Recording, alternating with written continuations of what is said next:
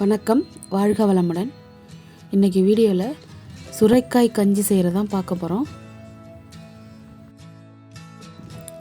1/4 cup அரிசி எடுத்திருக்கேன்.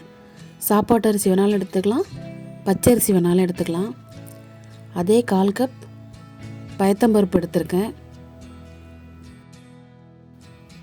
நல்லா கழுவி எடுத்துக்கலாம். கொஞ்சம் உங்களுக்கு பெரிய சுரைக்காயாக இருந்ததுன்னா நீங்கள் அதிகமாக சேர்த்துக்கலாம்.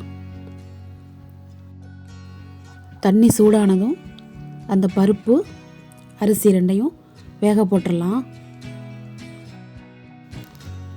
நம்ம தாத்தா பாட்டியெல்லாம் இப்படி தான் செஞ்சு சாப்பிட்டாங்க. அவங்க விறகடுப்பில் செய்வாங்க, இதே மாதிரி மண்பானையில் செஞ்சு சாப்பிடுவாங்க. உடம்புக்கு ரொம்ப குளிர்ச்சி. இந்த வெயில் நேரத்தில் நம்ம இந்த மாதிரி செஞ்சு சாப்பிட்லாம். பாதி வெந்ததும் நம்ம சின்ன சின்னதாக கட் பண்ணி வச்சுருக்க சுரைக்காய் இதில் சேர்த்துக்கலாம். அப்போ மொத்தமாக சேர்த்து எல்லாம் ஒன்றா வெந்துடும். நீங்கள் குக்கரில் கூட செய்யலாம். அரிசி, பருப்பு, சுரைக்காய், கொஞ்சமாக உப்பு போட்டு ஒரு 7 விசில் வர வரைக்கும் விட்டு நல்லா இறக்கி வச்சுருங்க. இந்த கஞ்சி அன்னைக்கே சாப்பிட்றத விட நாள் நைட்டு செஞ்சு வச்சுட்டு அடுத்த நாள் காலையில் சாப்பிட்ணும். அப்போ தான் சூப்பராக இருக்கும், உடம்புக்கும் ரொம்ப நல்லது. அடுத்த நாள் காலையில் தான், அதனால் நாள் நைட்டு செஞ்சு வச்சுருங்க.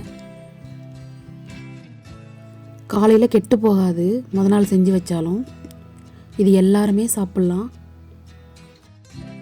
சுரைக்காய் எவ்வளோ இருந்தாலும் அரிசி கொஞ்சம் கம்மியாகவே போடுங்க. அது வந்ததுன்னா நிறைய வந்துடும். இதோட காராமணி பயிர் கிடைச்சாலும் அதை வறுத்துட்டு வெறும் எண்ணெய் சட்டியில் வறுத்துட்டு இதோட வேக வைக்கலாம். அப்போ சாப்பிடும்போது அது கடிபடுறது நல்லா டேஸ்ட்டாக இருக்கும். இப்போ நல்லா வெந்துட்டு இப்போ இறக்கியாச்சு. தண்ணியாக இருக்குன்னு பார்க்காதீங்க, காலையில் திக்காயிடும். கொஞ்சமாக உப்பு போட்டுக்கோங்க.